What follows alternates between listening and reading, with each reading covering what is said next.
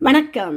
தமிழாளி தொலைக்காட்சி செய்திகள் வாசிப்பவர் கமலா ஜெகதீஸ்வரன். முதலில் தலைப்புச் செய்திகள். கல்வி அமைச்சு வெளியிட்டுள்ள விசேட அறிவிப்பு. இலங்கையில் அடுத்தடுத்து நடக்கும் சோகம். 50க்கும் மேற்பட்டோர் பலி. இன்றும் 6 சடலங்கள் மீட்பு. ஆட்டம் காணும் தங்கத்தின் விலை. இலங்கையில் இன்று பதிவாகியுள்ள மாற்றம். ஸ்ரீலங்கா விமான அதிகாரிகளிடையே அடிதடி மோதல். நிறுவனத்தின் அதிரடி நடவடிக்கை. இலங்கை மக்களுக்கு இன்று வழங்கப்பட்டுள்ள வேறு விதமான எச்சரிக்கைகள். வெளிநாடு ஒன்றில் ஹீரோவாக செயற்பட்ட இலங்கையர் பதிவிட அனுமதி. ஈரான் அமெரிக்கா புதிய பேச்சுவார்த்தை. ட்ரம்ப் நம்பிக்கை வெளியீடு. லெபனான் போர் நிறுத்தத்தில் ஹிஸ்புல்லாவும் உள்ளடக்கம். ட்ரம்ப் தெரிவிப்பு. கனடாவில் ஆயிரக்கணக்கான அரச ஊழியர்கள் முன்கூட்டியே ஓய்வு பெற விண்ணப்பம். அமெரிக்காவிற்கு விழுந்த பேரிடி. ஒற்றை ட்ரோனால் பறிபோன 2222 கோடி ரூபாய். இனி தொடர்கிறது விரிவான செய்திகள். 2026ஆம் ஆண்டுக்கான முதலாம் தர கல்வி சீர்திருத்தங்களை நடைமுறைப்படுத்தவும் பணிகள் முன்னெடுக்கப்பட்டு வருவதாக கல்வி, உயர்கல்வி மற்றும் தொழிற்கல்வி அமைச்சின் செயலாளர் நாலக்கா கலுவெவ தெரிவித்துள்ளார். அவர் மேலும் தெரிவிக்கையில், முதலாம் தர மாணவர்களின் 2ஆம் 3ஆம் தவணைகளுக்குரிய பயிற்சி நூல்களை விநியோகிக்கும் பணிகள் ஏற்கனவே ஆரம்பிக்கப்பட்டுள்ளன. எதிர்வரும் ஏப்ரல் 30ஆம் தேதிக்குள் அனைத்து பாடசாலைகளுக்கும் இந்த நூலை விநியோகித்து முடிக்க திட்டமிடப்பட்டுள்ளது. புதிய பாடத்திட்டம் தொடர்பான விழிப்புணர்வு மற்றும் பயிற்சி மாகாண ஆரம்ப கல்வி பணிப்பாளர்கள், ஆசிரியர் ஆலோசகர்கள் மற்றும் ஆசிரியர்களுக்கு ஏற்கனவே வழங்கப்பட்டுள்ளன. மேலதிக தேவைப்படும் பயிற்சிகளை மே 16ஆம் தேதிக்குள் முழுமையாக நிறைவு செய்யுமாறு மாகாண பணிப்பாளர்களுக்கு அறிவுறுத்தல் வழங்கப்பட்டுள்ளது. முதலாம் தவணைக்குரிய பாட பரப்புகளை பூர்த்தி செய்ய முடியாத பாடசாலைகள் இருப்பின் அவற்றை 2ஆம் தவணையில் நிறைவு செய்ய தேவையான நடவடிக்கைகளை எடுக்குமாறு அதிபர்களுக்கு ஆலோசனைகள் வழங்கப்பட்டுள்ளன. இந்த புதிய சீர்திருத்தங்கள் மூலம் மாணவர்களின் கற்கும் திறனை மேம்படுத்தவும் நவீன கல்வி முறையை அறிமுகப்படுத்தவும் அமைச்சு இலக்கு நிர்ணயித்துள்ளது என தெரிவித்துள்ளார். குருநாகல் நிக்கவர் ரெட்டிய பகுதியில் தெதுரு ஓயாவில் நீராடச் சென்ற நிலையில் நீரில் மூழ்கி உயிரிழந்த மேலும் 6 பேரின் உடல்கள் கண்டுபிடிக்கப்பட்டுள்ளன. இதன் மூலம் உயிரிழந்தோரின் எண்ணிக்கை 8ஆக உயர்ந்துள்ளது. 10 பேர் கொண்ட குழுவினர் நீராட சென்ற நிலையில் இந்த சம்பவம் இடம்பெற்றது. இந்த நிலையில் நேற்று மாலை 2 சடலங்கள் கண்டுபிடிக்கப்பட்ட நிலையில் இன்று 6 பேரின் சடலங்கள் மீட்கப்பட்டுள்ளன. மேலும் 2 காணவில்லை என தேடுதல் பணிகள் நடைபெற்று வருவதாக போலீசார் தெரிவித்துள்ளனர்.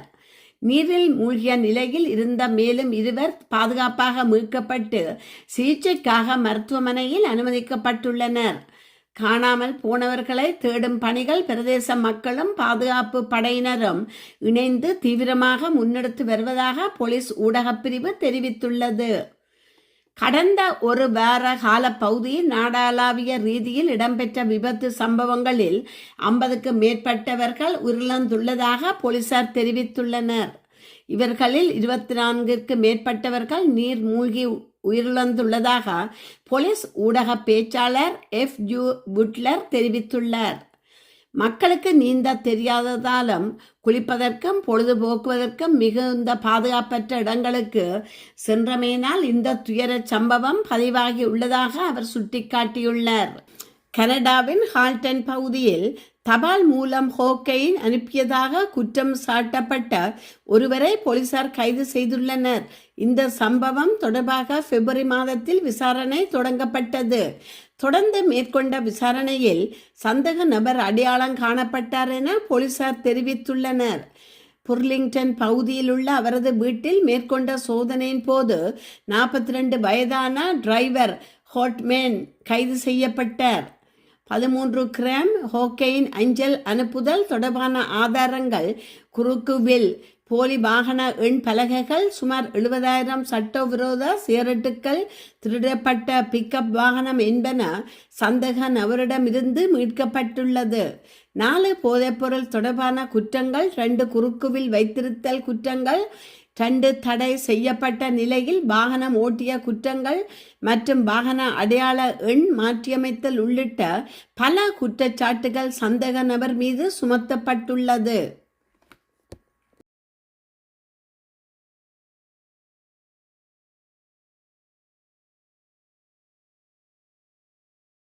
பேங்காக்கின் ஸ்வர்ண பூமி சர்வதேச விமான நிலையத்தில் விமான நிறுவன அதிகாரிக்கும் விமான பணியாளர்களுக்கும் இடையே நடந்ததாக கூறப்படும் மோதல் தொடர்பான தவறான மற்றும் திசை திருப்பும் ஊடக செய்திகள் குறித்து ஸ்ரீலங்கா ஏர்லைன்ஸ் தெளிவுபடுத்தியது. இதனை தெளிவுபடுத்தும் வகையில் ஸ்ரீலங்கா ஏர்லைன்ஸ் அறிக்கை ஒன்றையும் வெளியிட்டுள்ளது. அறிக்கைக்கமைய ஏப்ரல் 2 பேங்காக்கில் உள்ள சுவர்ணபூமி சர்வதேச விமான நிலையத்தில் ஸ்ரீலங்கன் ஏர்லைன்ஸ் பணியாளர்கள் பணிக்கு தயாராகி கொண்டிருந்த போது இந்த சம்பவம் நிகழ்ந்துள்ளது.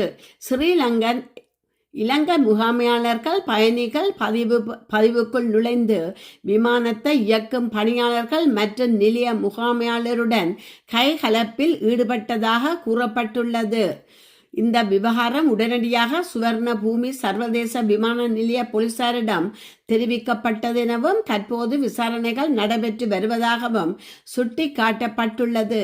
இலங்கை முகாமையாளர் நடவடிக்கைகள் சட்டவிரோதமானவை, தேவையற்றவை மற்றும் நிறுவனத்தின் விதிகள் மற்றும் ஒழுங்குமுறைகளை மீறியவை என்றும் ஸ்ரீலங்கன் ஏர்லைன்ஸ் குறிப்பிட்டுள்ளது. அவர் உடனடியாக பணியிடை நீக்கம் செய்யப்பட்டு இலங்கைக்கு திருப்புமாறு அறிவுறுத்தப்பட்டுள்ளார் என நிறுவனம் உறுதிப்படுத்தியுள்ளது. நாட்டின் 21 மாவட்டங்களில் இன்று மனித உடலால் உணரப்படும் வெப்பத்தின் அளவு எச்சரிக்கை மட்டம் வரை அதிகரிக்கக்கூடும் என வளிமண்டலவியல் திணைக்களம் எச்சரிக்கை விடுத்துள்ளது. வளிமண்டலவியல் திணைக்களம் வெளியிட்டுள்ள விசேட அறிவுறுத்தலின்படி வடக்கு, வடமத்திய, வடமேற்கு, மேல் சப்ரஹமுவா, தெற்கு மற்றும் கிழக்கு மாகாணங்களுடன் மொனராகலை மாவட்டத்திலும் இந்த வெப்பமான காலநிலை நிலவக்கூடும் என எதிர்வு கூறப்பட்டுள்ளது. வெப்ப சுட்டன் அதிகரிப்பதன் காரணமாக நீண்ட நேரம் வெயிலில் இருப்பவர்களுக்கு அதிக உடல் சோர்வு ஏற்படக்கூடும் என தெரிவிக்கப்பட்டுள்ளது. அத்துடன் இக்கால பகுதியில் தொடர்ந்து கடினமான உடற்பயிற்சிகள் அல்லது வேலைகளில் ஈடுபடுபவர்களுக்கு தசைப்பிடிப்பு ஏற்படுவதற்கான வாய்ப்புகள் அதிகம் உள்ளது என சுட்டிக்காட்டப்பட்டுள்ளது. இதேவேளை நாட்டில் இன்று பிற்பகல் 1 மணிக்கு பின்னர் மேல் சப்ரஹமுவா, தென்மேற்கு ஊவா மாகாணங்களிலும் கண்டி மற்றும் நுவரெலியா மாவட்டங்களிலும் மழை அல்லது இடியுடன் கூடிய மழை பெய்யக்கூடும் என வளிமண்டலவியல் திணைக்களம் எதிர்வு கூறியுள்ளது. மத்திய சப்ரஹமுவா, வடமத்திய மற்றும் ஊவா மாகாணங்களிலும் காலி, மாத்தறை மற்றும் குர்நாகல் மாவட்டங்களிலும் அதிகாலை வேளையில் சில இடங்களில் பனிமூட்டம் ஏற்படக்கூடும். இடியுடன் கூடிய மழையின் போது ஏற்படக்கூடிய பாதிப்புகளை குறைக்க தேவையான முன்னெச்சரிக்கை நடவடிக்கைகளை மேற்கொள்ளுமாறு வளிமண்டலவியல் திணைக்களம் பொதுமக்களை வலியுறுத்தியுள்ளது. ஐரோப்பிய பாராளுமன்றத்தின் பிரெஞ்சு பாலஸ்தீனிய உறுப்பினரான ரீமா ஹாசன் மான்ட்ரியால் மாநாடுகளில் பங்கேற்க இருந்த நிலையில் கனடாவுக்குள் பிரவேசிக்க அனுமதி மறுக்கப்பட்டதாக தெரிவித்துள்ளார். சமூக வலைத்தளத்தில் வெளியிட்ட பதிவில் தாம் கனடாவிற்குள் பிரவேசிப்பதற்கு தடை விதிக்கப்பட்டதாக குற்றம் சுமத்தியுள்ளார். இதை கருத்து சுதந்திரத்தை கட்டுப்படுத்தும் முயற்சி என அவர் விமர்சனம் செய்துள்ளார். ஆரம்பத்தில் அனுமதி வழங்கப்பட்ட மின் அனுமதி எலக்ட்ரானிக் டிராவல் ஆதரைசேஷன் பின்னர் வெள்ளிக்கிழமை திரும்ப பெறப்பட்டதாக அவரது கட்சியான லா பிரான்ஸ் இன்சோமிஸ் தெரிவித்துள்ளது. கனடிய அதிகாரிகள் முன்னதாக விசா மறுப்பு அல்லது நுழைவு மறுப்பு, மேலும் குற்றச்சாட்டு அல்லது கை தொடர்பான தகவல்களை அவர் வெளியிடவில்லை என குற்றம் சாட்டியுள்ளதாக தெரிவிக்கப்பட்டுள்ளது. ஆனால் இந்த மறுப்புக்கான உண்மையான காரணம் இஸ்ரேல் நுழைவு மறுப்பு மற்றும் பாலஸ்தீன ஆதரவு நிலைப்பாடு குறித்து அவர் எடுத்துள்ள வலுவான கருத்துக்களே என அவரது கட்சி கூறுகிறது. இந்த வாரம் மொன்ட்ரியாலில் நடைபெறவிருந்த பாலஸ்தீன ஆதரவு குரல்கள் அடக்கப்படுவது மற்றும் வலதுசாரி அரசியல் எழுச்சி தொடர்பான 2 மாநாடுகளில் ரீமா ஹாசன் ஆன்லைன் வழியாக பங்கேற்பதாக அறிவித்துள்ளார். இஸ்ரேல் லெபனான் இடையிலான போர் நிறுத்த அறிவிப்பை தொடர்ந்து ஈரானுடனான மோதல்களை முடிவுக்கு கொண்டு வரும் முயற்சியில் அடுத்த கட்ட நகர்வை அமெரிக்கா ஜனாதிபதி டொனால்ட் ட்ரம்ப் மேற்கொண்டுள்ளார். அதன்படி ஈரானுடனான அடுத்த கட்ட நேரடி பேச்சுவார்த்தைகள் இந்த வார இறுதியில் நடைபெறக்கூடும் என அவர் நம்பிக்கை வெளியிட்டுள்ளார். ஏற்கனவே கடந்த ஏப்ரல் 11 மற்றும் 12 ஆகிய தேதிகளில் பாகிஸ்தானின் இஸ்லாமாபாத் நகரில் அமெரிக்கா மற்றும் ஈரான் பிரதிநிதிகளுக்கு இடையே உயர்மட்ட பேச்சுவார்த்தைகள் நடைபெற்றன. எனினும் அதில் இறுதி உடன்பாடு எட்டப்படவில்லை. ஈரான் மற்றும் அமெரிக்காவுக்கு இடையே ஏற்கனவே நடைமுறையில் உள்ள 2 வார கால தற்காலிக போர் நிறுத்தத்தை நீடிக்கவும் பிராந்தியத்தில் அமைதியை நிலைநாட்டும் இந்த வார இறுதி பேச்சுவார்த்தை மிக முக்கியமானதாக கருதப்படுகிறது. ஈரான் உடனான போர் மிக விரைவில் முடிவுக்கு வரும் என தான் நம்புவதாகவும் இரு தரப்புக்கும் இடையிலான முக்கிய முரண்பாடுகளை களைவதற்கும் தாம் தயாராக இருப்பதாகவும் அவர் குறிப்பிட்டுள்ளார். இதனிடையே இஸ்ரேல் லெபனான் எல்லையில் இன்று மாலை முதல் 10 நாள் போர் நிறுத்தம் அமுலுக்கு வரும் நிலையில் ஈரானுடனான இந்த பேச்சுவார்த்தை மத்திய கிழக்கு பிராந்தியத்தில் பெரும் எதிர்பார்ப்பை ஏற்படுத்தியுள்ளது. லெபனானின் போர் நிறுத்தத்தில் ஹிஸ்புல்லாவும் இடம்பெறும் என அமெரிக்க ஜனாதிபதி டொனால்ட் ட்ரம்ப் தெரிவித்துள்ளார். மாளிகையில் இன்று இடம்பெற்ற ஊடகவியலாளர் சந்திப்பின் போதே அவர் இதனை தெரிவித்துள்ளார். மேலும் இஸ்ரேல் பிரதமர் மற்றும் லெபனான் ஜனாதிபதியை சந்திப்பேன் என்றும் அவர் கூறியுள்ளார். ஆனால் எப்போது என்பதை அவர் குறிப்பிடவில்லை. 2029 ஆண்டிற்குள் பொது சேவையின் அளவை குறைக்கும் நோக்கில் கனடிய மத்திய அரசாங்கம் முன்னெடுத்துள்ள திட்டத்தின் கீழ் ஆயிரக்கணக்கான மத்திய அரச ஊழியர்கள் முன்கூட்டியே ஓய்வு பெறும் திட்டத்திற்கு ஏர்லி ரிட்டையர்மென்ட் பேக்கேஜ் விண்ணப்பித்துள்ளனர்.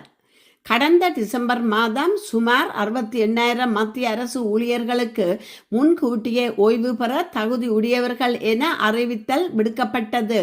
மார்ச் 27ஆம் தேதிக்கு விண்ணப்பம் செயல்முறை தொடங்கியதில் இருந்து சுமார் 4,600 அரச ஊழியர்கள் முன்கூட்டியே ஓய்வு பெறும் ஊக்க திட்டத்திற்கு விண்ணப்பித்துள்ளதாக திரைசேரி சபை தலைவர் ஷாப்காட் அலியின் ஊடக பணிப்பாளர் முகமது கமல் தெரிவித்துள்ளார். அரச ஊழியர்கள் ஜூலை 24ஆம் தேதி வரை முன்கூட்டியே ஓய்வு பெறும் திட்டத்திற்கு விண்ணப்பிக்கலாம்.